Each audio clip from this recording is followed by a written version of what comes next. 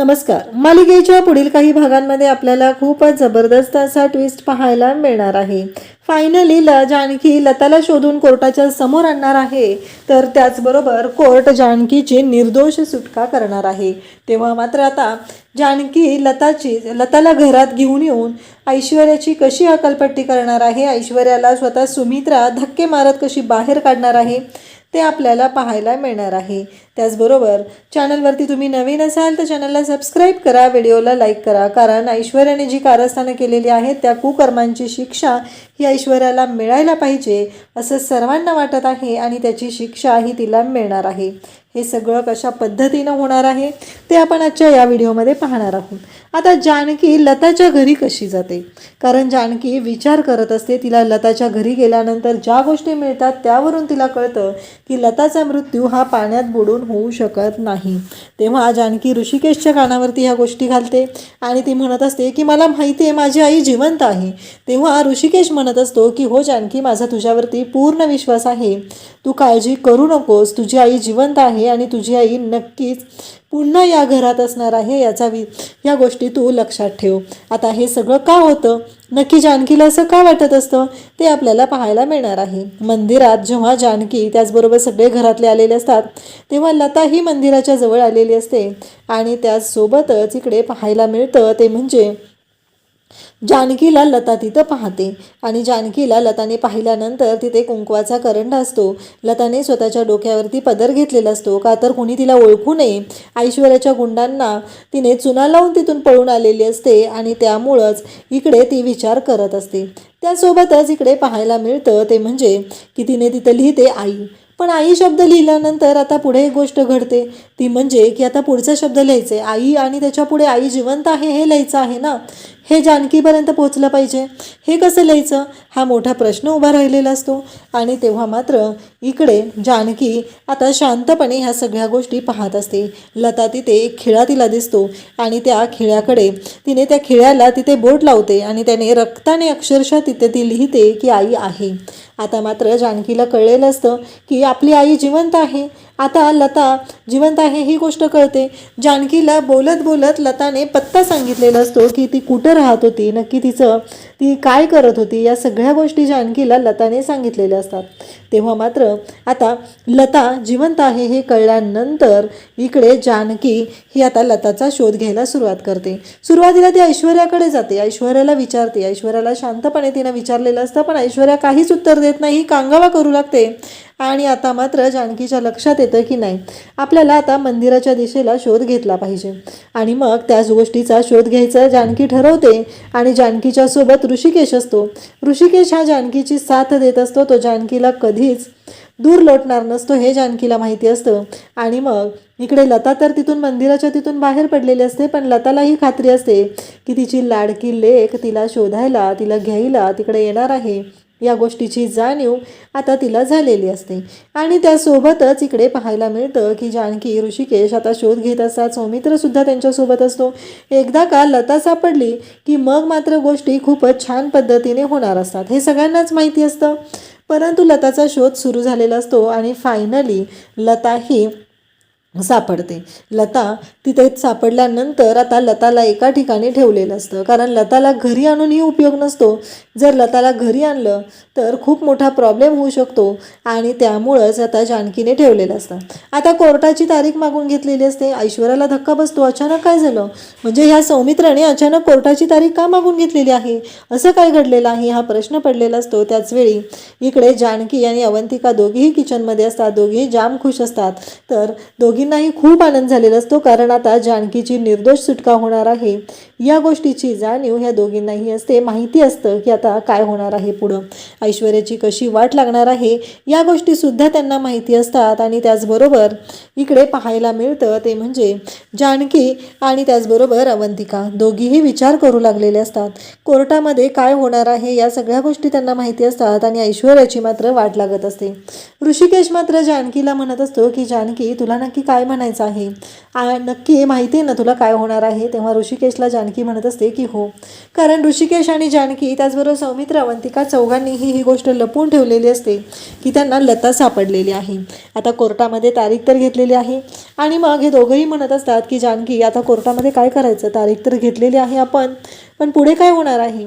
ऐश्वर्याला मात्र वेगळाच आनंद झालेला असतो आणि त्याचबरोबर हे सगळं जेव्हा चालू असतं तेव्हा मात्र जानकी म्हणत असते की अहो काळजी करू नका तुम्ही ऋषिकेश, सगळं व्यवस्थित होणार आहे, आपण कोणाचं वाईट केलेलं नाही आहे ना, मग आपल्याला कोणाची कसलीच काळजी करायची गरज नाही. हे सगळं जेव्हा चालू असतं तेव्हा मात्र ऋषिकेश म्हणत असतो पण जानकी तुला असं वाटतं का की खरंच सगळ्या गोष्टी व्यवस्थित होतील, म्हणजे अगदी तुला जसं वाटतंय तसं होईल असं तुला वाटतं का. तेव्हा जानकी म्हणत असते की हो ऋषिकेश, मला अगदी खात्री आहे की माझ्या डोक्यात जे चालू आहे ना ते तसंच होणार आहे. आणि मग ते दोघंही इकडे ऐश्वर्याला दाखवून देत असतात की नाही, आम्हाला म्हणजे आमच्या लक्षातही येत नाही आहे की काय होणार आहे पुढं, कसं होऊ शकतं, असं त्यांचं वागणं चाललेलं असतं. आणि इकडे ऐश्वर्या मात्र कांगावा करायचा अजिबात सोडत नसते. तिला असं दाखवून द्यायचं असतं की बघा माझ्यावरती अन्याय होतोय, पण तिला कुठं माहिती आहे की सुमित्रासुद्धा आता जानकीच्या बाजूनं आहे, कारण सुमित्राने नाटक केलेलं असतं, सुमित्राने दाखवून दिलेलं असतं तिला की तिला फक्त तिच्या समोर असल्यासारखं ती वागत असते. आणि त्याचबरोबर सुमित्रा असं दाखवत असते की काहीही झालं तरीही आता मी ऐश्वर्याच्या बाजूने आहे. तेव्हा जानकीला सुमित्रा म्हणत असते की काय चाललंय जानकी तुझं, कसं आहे माहिती आहे का, तू तुझ्या आईला शोधून आण, स्वतःला निर्दोष मुक्त कर. कोर्टात काय घडलंय माहिती आहे ना तुला, जेव्हा तू स्वतःला निर्दोष मुक्त करशील ना तेव्हाच आम्ही तुझ्यावर विश्वास ठेवू. हे सगळं बोलणं चाललेलं असतं. आणि त्याचवेळी जानकी म्हणत असते की हो आई, माझी आई, मला स्वतःला निर्दोष मुक्त करण्यापेक्षाही माझी आई माझ्यासोबत असणं खूप गरजेचं आहे, माझ्या आईला शोधणं खूप गरजेचं आहे, असं इकडे जानकी बोलत असते. तेव्हा ऋषिकेश म्हणत असतो म्हणजे, तेव्हा जानकी सांगत असते की हो, कारण आई कुठं आहे, आईला शोधणं गरजेचं आहे, जोपर्यंत आईला शोधून मी आणत नाही तोपर्यंत या सगळ्या गोष्टींना अर्थ नाही, असं जानकीसुद्धा तिथे सांगत असते. तेव्हा ऋषिकेश म्हणत असतो की जानकी काळजी करू नको, सगळं व्यवस्थित होणार आहे, असं ऋषिकेशने सुद्धा जानकीला सांगितलेलं असतं. त्याचबरोबर जानकी विचार करू लागते. जानकी म्हणत असते की नाही, काहीही झालं तरीही आई माझी जिवंत आहे. आणि मग जानकी आणि त्याचबरोबर अवंतिका दोघीही आता जो आईने पत्ता सांगितलेला असतो त्या पत्त्यावर पोहोचलेले असतात, कारण कोर्टामध्ये आता तारीख आहे. आणि मग त्या पत्त्यावरती गेल्यानंतर जानकी तिथं जाते आणि तिथं गेल्यानंतर शोधाशोध करू लागते, कारण जानकीसोबत ऋषिकेश येणार असतो, पण त्याला एक काम आलेलं असतं आणि त्या कामासाठी त्याला जावं लागत असतं. त्याचबरोबर सौमित्रचीही केस असते, त्यामुळे सौमित्रला मुंबईला जावं लागत असतं. अवंतिका म्हणते की वहिनी काळजी करू नका, मी तुमच्यासोबत आहे, मी तुमच्यासोबत येत आहे, तुम्ही अजिबात काळजी करायची गरज नाही, असं अवंतिकाने सुद्धा सांगितलेलं असतं. आणि मग जानकी आणि अवंतिका दोघेही त्या पत्त्यावर पोहोचलेले असतात. तिथं गेल्यानंतर घरामध्ये खूप सारे सर्टिफिकेट्स असतात, ते सर्टिफिकेट ते पाहतात, पण त्याचवेळी जानकीच्या हाती एक मोठं सर्टिफिकेट लागतं, ते म्हणजे जलतरण स्पर्धेचं, म्हणजे स्विमिंग कॉम्पिटिशनचं ते सर्टिफिकेट असतं. राज्यस्तरीय स्पर्धेमध्ये इकडे प्रथम पारितोषिक मिळवलेलं आहे ते म्हणजे या लताने. म्हणजे जानकीच्या लक्षात येतं तिची आई स्विमर आहे, तिच्या आईला पोहता येतं, तर पाण्यात पडून मृत्यू होण्याचा प्रश्नच येत नाही. म्हणजे जानकीवरती जो आरोप लावलेला आहे तो पहिला मुद्दा हा मिळालेला असतो, तो फेटाळून लावण्यासाठी एकतर त्यांनी लतालाही शोधून काढलेलं असतं आणि त्याचबरोबर हा मुद्दा मिळालेला असतो. त्यामुळं जानकी आणि अवंतिका ते सर्टिफिकेट घेतात. तेव्हा ते सर्टिफिकेट घेऊन त्याचबरोबर घरातल्या तिथं बऱ्याच वस्तू असतात. तेव्हा जानकी थोडीशी इमोशनल होती, कारण ती तिच्या माहेरात पहिल्यांदा आलेली असते. तिला वाईट वाटत असतं की हे सगळं काय घडतंय, अशा पद्धतीने गोष्टी घडत आहेत, या गोष्टींचा विचार ती करत असते. त्यासोबतच इकडे जानकी इमोशनल झालेली असते, तिच्या डोळ्यात पाणी आलेलं असतं. ती म्हणते मी माझ्या माहेरला पहिल्यांदा आले, पण माझी आई किंवा माझं कोणीच इथं नाही आहे. तेव्हा अवंतिका म्हणते की काळजी करू नका जानकी वहिनी, लवकरच तुमची सगळी माणसं तुमच्यासोबत असतील आणि तुम्हाला कोणाची कसलीच काळजी करायची गरज पडणार नाही. अशा पद्धतीने इकडे अवंतिका जानकीला समजवत असते. त्यासोबतच इकडे पाहायला मिळतं ते म्हणजे की ते सर्टिफिकेट हातात असतं. त्या सर्टिफिकेटवरती लता कारकानीस राज्यस्तरीय क्रीडा पुरस्कार मिळालेला असतो, सर्वोत्कृष्ट खेळाडू म्हणून हा पुरस्कार मिळालेला असतो आणि त्याच्यावरती तारीखसुद्धा असते. हे सगळं तिला मिळालेलं आहे. हे ऐकल्यानंतर जानकीला सुद्धा खूप छान वाटलेलं असतं. जानकी खुश झालेली असते आणि जानकी जेव्हा आता इकडे सुमित्राकडे येते, सुमित्रा सगळ्यांना तिथं सांगत असते. जानकी म्हणते की माझी आई जिवंत जिवंत आहे, माझी आई मरू शकत नाही आहे. तेव्हा इकडे ऋषिकेश त्याचबरोबर सगळेजण म्हणू लागतात की हे कसं शक्य आहे. तेव्हा जानकी सांगत असते की माझ्या आईला पोहता येतं आणि जर तिला मी पाण्यात ढकलून दिले असा आरोप माझ्यावरती झाला असेल, जर मी पाण्यात ढकलून दिलं तर तिनं स्वतःचा जीव वाचवण्यासाठी ती पोहू शकली असती. जर तिने राज्यस्तरीय स्पर्धा खेळलेली आहे, राज्यस्तरीय स्पर्धेमध्ये पारितोषिक मिळवलेलं आहे, तर तिला पोहता येत नाही असं कोणीच म्हणू शकत नाही. कारण माझी आई चांगली स्विमर आहे आणि तिला राज्यस्तरीय पारितोषिक मिळालेलं आहे. हे सगळं जानकी सांगत असते. तेव्हा मात्र इकडे सुमित्रा सगळेजण म्हणू लागतात की हे काय सांगते जानकी. जानकी म्हणते की हो. तेव्हा मात्र सौमित्र म्हणू लागतो की आता हाच मुद्दा आपल्याला हातात घ्यायचा आहे आणि या मुद्द्याला धरूनच आपल्याला पुढे बोलायचं आहे. मग कोर्टामध्ये आता इथे ॲडव्होकेट विद्यासागर म्हणत असतात की हे काय आहे. तेव्हा सौमित्र म्हणत असतो हे बघा, आता कोर्टाची तारीख मागून घेतलेली आहे, तर ऑब्व्हियसली आता कोर्टाच्या समोर मला एक सांगा की तुम्ही काळा कोट का घातलेला आहे. असं जेव्हा तो बोलत असतो तेव्हा विद्यासागर म्हणतो हा काय प्रश्न आहे. ॲडव्होकेट सौमित्र रणदिवे यांच्याकडे कोणताही पुरावा दाखवायला नाही आहे, त्यामुळे जजसाहेब ॲडव्होकेट सौमित्र रणदिवे अशा प्रकारचे प्रश्न विचारत आहेत. तेव्हा सौमित्र सांगू लागतो की जजसाहेब मला एक सांगा, तुमच्या अंगावरती हा काळा कोट आहे, त्याचं कारण काय आहे. कारण तुमच्याकडे ते सर्टिफिकेट आहे, तुम्ही जज आहात, तुम्ही वकील आहात. ॲडव्होकेट विद्यासागर यांच्या अंगावरती तो काळा कोट आहे कारण त्यांच्याकडे तसं सर्टिफिकेट आहे की ते इथे कोर्टामध्ये उभे राहून बोलू शकतात, का तर ते वकील आहेत. माझ्या अंगावरती काळा कोट आहे कारण माझ्याकडे वकिलीची सनद आहे, ते सर्टिफिकेट आहे. मग आता मला कोर्टाला एक मुद्दा सांगायचा, तो महत्त्वाचा मुद्दा असा आहे की ज्या लता कारकानीस होत्या त्यांच्याकडेही ते सर्टिफिकेट होतं. त्या स्विमिंग करू शकत होत्या का तर त्यांच्याकडे ते सर्टिफिकेट होतं, त्यांना स्विमिंग येत होतं. जर त्या माणसाला स्विमिंग येत असेल तर ती व्यक्ती का असं करेल हा प्रश्न आहे माझा. जर एखाद्याला स्विमिंग येते म्हणून तर ती व्यक्ती अशा पद्धतीने ह्या गोष्टी करू शकते. जर त्यांना स्विमिंग येतच नसतं तर त्यांनी स्विमिंग केलं, स्विमिंगचं सर्टिफिकेट कुठून आलं असतं. आणि जर त्यांना कुणीतरी पाण्यात ढकलून मारण्याचा प्रयत्न करत आहे तर ऑब्व्हियसली त्यांनी या गोष्टी केल्या असत्या का हा प्रश्न माझा आहे. कोर्टाला हा प्रश्न मी विचारू इच्छितो की हे सगळं का. जर त्यांना स्विमिंग येत होतं तर त्यांनी का मग बुडताना त्यांनी स्वतः हातपाय हलवले नसते का. आणि कोणतीही व्यक्ती स्वतःचा जीव वाचवण्यासाठी ती काहीही करू शकते आणि या जर स्वतः स्विमर होत्या तर ऑब्व्हियसली त्याही ते करू शकल्या असत्या. याचा अर्थ लता कारकानीस यांचा मृत्यू झालेला नाही. ॲडव्होकेट विद्यासागर यांना धक्का बसतो. ते म्हणत असतात की नाही त्यांना सुचलं नसेल, आता वयाच्या मानाने त्यांना जमलं नसेल, त्यांचं वयही जास्त आहे ना. तेव्हा मात्र सौमित्र म्हणत असतो की हो बरोबर आहे, मला माहिती होतं तुम्ही असेच मुद्दे मांडणार आहात. तेवढ्यातच पाठीमागून ऋषिकेश हा लताला घेऊन येतो आणि इकडे सौमित्र सांगत असतो की या लता कारखानीस ह्या जिवंत आहेत. आता तरी कोर्टाला खात्री पटली आहे ना की इकडे जानकी रणदिवे या निर्दोष आहेत. कारण एक मुलगी तिच्या आईचा खून का करू शकेल, जिला तिची आई 20-22 वर्षानंतर मिळालेली आहे, ती आपल्या आईला का मारून टाकू शकेल हा प्रश्न उभा राहिलेला आहे. हे सगळं घडत आहे. तेव्हा मात्र लता कारखानीसला तिथं आणलेलं जातं. लता कारखानीस आल्यानंतर आता जज साहेबांना तिथे नमस्कार करते. मग लता कारखानीस म्हणत असते की मला काहीतरी सांगायचं आहे. आणि तेव्हा मात्र लता कारखानीसला त्या विटनेस बॉक्समध्ये बोलवलं जातं. लता कारखानीस विटनेस बॉक्समध्ये येते आणि बोलायला सुरुवात करते. तेव्हा मात्र तिथं बसलेल्या सगळ्यांना धक्का बसलेला असतो. सगळेजण विचार करू लागतात की लता कारखानीस त्यापेक्षाही ऐश्वर्याच्या शिट्ट्या वाजलेल्या असतात. एकतर सारंग आता नाही आहे, सारंग आयुष्यातून गेलेला आहे आणि आता ही बाई कुठून आली. आणि ती मग त्यावेळेस तिला धक्का बसलेला असतो. तिच्या गुंडांनी तिला सांगितलेलंच नसतं की लता ही गायब झालेली आहे. आता मात्र ऐश्वर्याच्या शिट्ट्या वाजू लागलेल्या असतात. ती विचार करत असते. त्यावेळेस जजसाहेबांना लता सांगू लागते की हो जजसाहेब, मला किडनॅप केलं गेलं कारण माझी मुलगी आणि माझी भेट मंदिरात झाली. बरोबर आहे, त्या रात्री.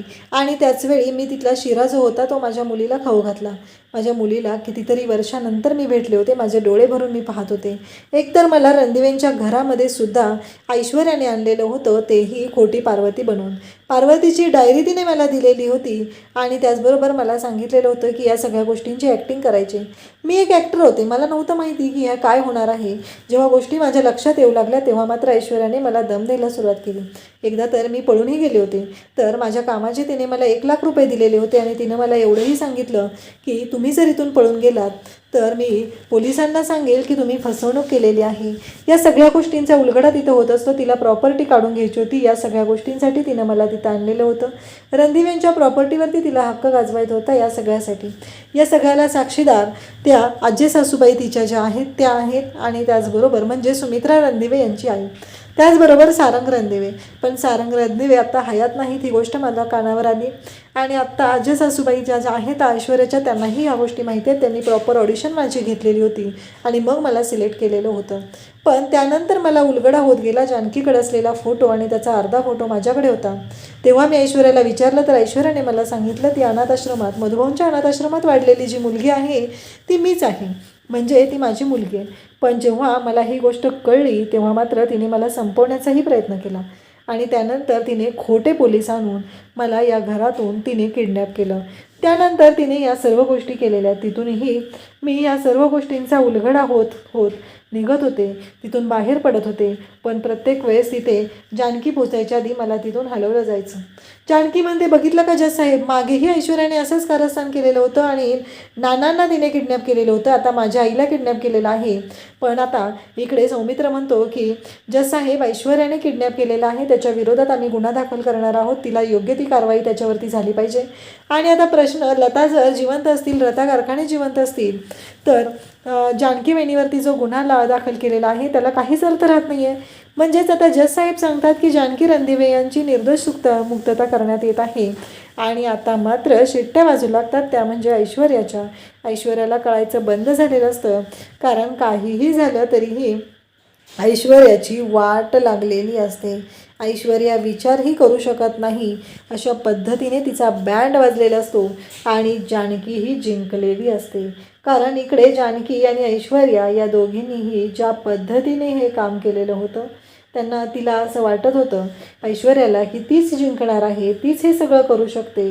परंतु आज स्पष्ट झालेलं होतं की जानकी ही जिंकलेली आहे. शेवटी विजय हा सत्याचा होतो.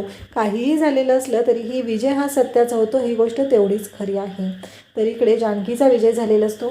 ऐश्वर्याची मात्र हकलपट्टी झालेली असते. आणि जानकी जेव्हा आता लताला घेऊन घरी येते तेव्हा सुमित्रा चक्क लताचं औक्षण करते, कारण इतक्या दिवसानंतर एवढं वाईट संकट तिच्यावरती आलेलं होतं.